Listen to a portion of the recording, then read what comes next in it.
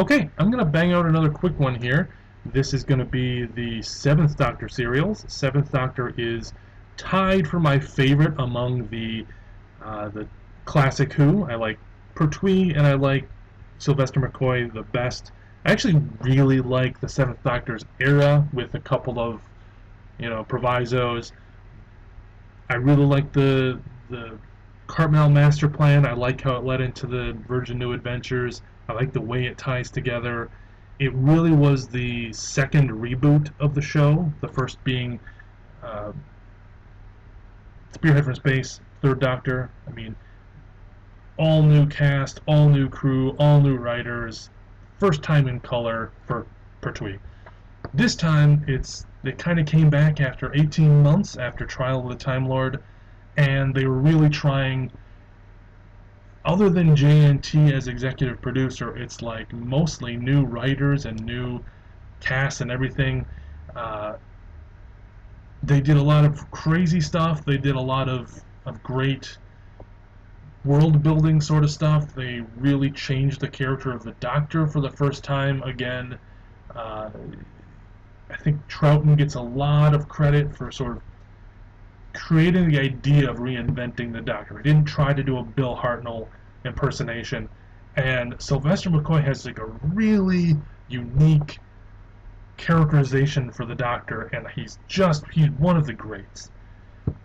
There's been so many different actors that have played the Doctor now, and I can really nail it down to maybe three that I think are the absolute best. But I guess this is for a Doctor tier list. So this is for his stories during the 1987 to 1989. He had three seasons, I guess. So here we go. First one, right off the bat, Ghostlight. Ghostlight, I'm going to put in A tier. It's atmospheric. It ties in with the history of Dorothy, aka Ace. It really builds her character. It's really weird experimental sci-fi. It's the sort of stuff that they really couldn't have gotten away with in previous years. Sort of the sort of stuff that they had been wanting to do for years. It's very good. So your Curse of Fenric again. Curse of Fenric is sort of when I started collecting Doctor Who DVDs, maybe 20 years ago. Curse of Fenric was held up as being sort of the classic and sort of the show to prove to naysayers that the Seventh Doctor era was as good or better than other eras. And I think that the director's cut that has some footage re-edited and got a redone score is pretty much the peak of Doctor Who, and it really does that. It really proves that Doctor Who can be more adult, can be more mature, and so on. Okay, Battlefield, man, one after another. Battlefield, I think it's sort of love it or hate it. Some people really don't like it. They don't like how he ties into mythology, that the Doctor is supposed to be Merlin or something like that. But I think it's great. I like that they brought back the Brigadier. I think they probably should have killed him off. It kind of reminds me of like the Daemons from Pertwee's era, where they take something that's clearly, fantasy or a myth or something like that, like demons or that kind of thing, and they make it seem like it's plausible using science. They don't really rub off. They don't really like file down all the magical characteristics of this story, but they sort of make it seem plausible as, well, if we can go anywhere in space and time, and we have X, Y, and Z, like, there's no reason why this shouldn't be plausible. And I really like that that sort of aesthetic that old Who had, and has kind of gone by the wayside in New Who after a while, unfortunately. Let's see here, Delta and the Bannerman, poop tier. I'm sorry, wait a minute. Is this the right one? Yeah, Delta and the Bannerman. It's just so boring. It's, you have to like British pantomime and XY, it's not good. I think this is probably one of 3 or 4 that are just absolutely bad. Greatest Show in the Galaxy. man, I almost want to put this in S tier. It's got really great moments. It's sort of part of this same. All of these in this year were like just the absolute best. So here, Paradise Towers. That's probably B tier. Paradise Towers is very solid. It's very, um, it's goofy. Like it, there's a lot of things about it that don't really work, and it seems like it's a send up along with this next one here. It's kind of feels like it's satirizing what was expected of Doctor Who to be this sort of sanitized um, Saturday morning cartoon sort of thing, and they're like, "Whoa, we'll show you the veneer of this happy community, where we're also going to show the dark side and what is required to maintain that sort of happy community." And I think I see these two as being very much mirrors of each other. I like Paradise Towers better. I know a lot of people like Happiness Patrol because they see it as specifically a sort of satire of Thatcherism, but as an American, it just doesn't hit the same way. Okay, listen, Time of the Ren also that's trash. Like these two in the first series, just not very good. They're just not. Paradise Towers sticks out, and I like it. This next one, Dragonfire, should be awful. Like, it kind of is awful. Oh man, I think I like it more than Paradise Towers personally. Like, I can't make it definitive, but this is just subjective. Dragonfire is it introduces Ace, who is the best companion. Like, it just is. Like, just very little competition as far as classic Who goes. Just amazing. Sophie Aldred is fantastic in the role. The character has depth and has it like evolves. It like with when Sarah Jane came in, the first series with the first adventure with Sarah Jane is Time Warrior, right? With the Santarans. And she's great because she's a reporter and she's a journalist and she's hard hitting and she asks questions. She's a feminist and she doesn't take any shit from the doctor and she doesn't, all this other stuff. But that immediately goes by the wayside as soon as the next story comes around. Like they've forgotten about that. Like they don't really have that much of an arc for Sarah Jane. As much as I love Sarah Jane, like you can't say boo about Sarah Jane. She's great, but she kind of just starts out being this fierce feminist character and sort of just becomes the Doctor's companion. She doesn't really have all that much inside input. She becomes the new Joe Grant. She's kind of there to scream and ask questions and be kidnapped and whatever. But Ace starts out as this brooding teenager with explosives and punk attitude and who knows how she got to this weird planet. It's like the story really doesn't check out. It's real weird.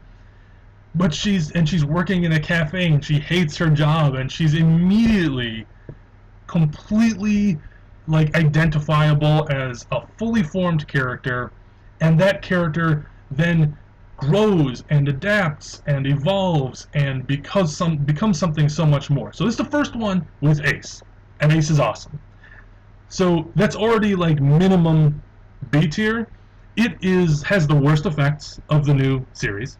It has Mel, which a lot of people don't like. I kind of don't love or hate her. She's just kind of there. But it also has Sabalom Glitz, who is awesome. Like, why haven't they brought this character back? And it has so many fun, goofy character moments.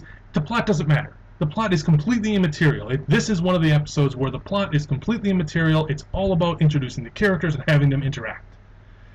And as far as that goes, it's very good. It's maybe not quite A tier, but it's very, very good. Okay, Silver Nemesis is kind of C tier. Maybe I have to bump some of these up. Man, I don't have anything. I only have one thing that's going to go into S tier. Oh, it's real tough. Curse of Fenric is probably S tier. I'm going to put that in S tier. That's really good. It's really fun to watch, and Battlefield that's really good. Rearranging a little bit here. Okay. Where was I? Silver Nemesis. Silver Nemesis doesn't quite work for me. It's fine. Bottom of B tier, top of C tier. It's fine. It's a good yarn. It does some really fun stuff. It has good character moments, but it just doesn't quite work for me. I don't know. It didn't capture my attention. Survival, again, really solid. Like very close to A tier, very close to S tier. It's got the Master. It's got Cheetah People. It's the final episode canonically. It's not the final. The final one filmed was Ghostlight, but the final one canonically is Survival. It's got this really nice bit at the end where with Doctor and Ace kind of walking off into the sunset or towards the TARDIS, whatever. It is kind of the culmination of this part of the arc for Ace. It's going back to her hometown. It has all this kind of connection to Perryvale. I really should watch this one again soon because while I don't think it's perfect by any means, I do think that it has a lot of good ideas that it begged for the show to be continued and given a better budget. And I really wish we would have seen a season 27. And of course, we have Remembrance of the Daleks, one of the absolute classics of any Doctor Who. Probably my favorite Dalek episode, which, and I'm not a Dalek fan, but it really, oh man, it's like the first full episode with Ace, if I remember correctly. It's got lots of explosions, lots of good action, good side characters with Mike, I think it is, character that Ace kind of gets a crush on and is kind of deflated when she finds out that he's basically like a white supremacist or a human supremacist or whatever. And yeah, there's a lot of cool themes that are not, you know, when they talk about Doctor Who being woke or something like that. Like this is the one to point to where it's like it definitely has all the same aspects there, but they're just underneath the surface, and it's allegory, and it's done incredibly well, and without having to be preachy or anything like that. It's got Jeffrey from Fresh Prince of Bel-Air. I mean, the actor. It's got everything. It's got great music. It's the best of this era.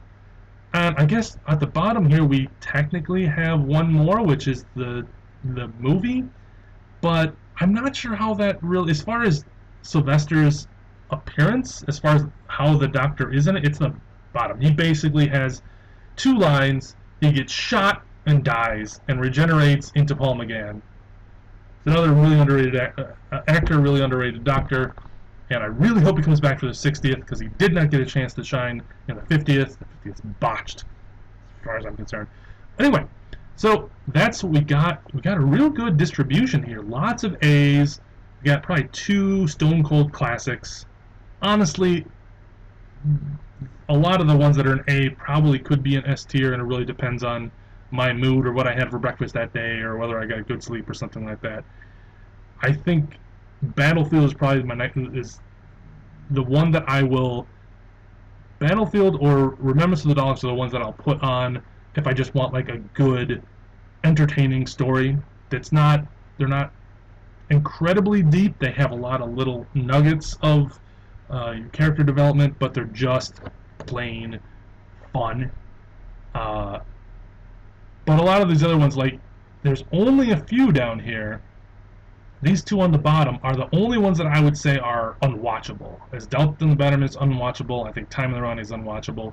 They maybe have some redeeming features, but very little. Yeah, there we go. So here's what I would recommend. Alright, have a good one.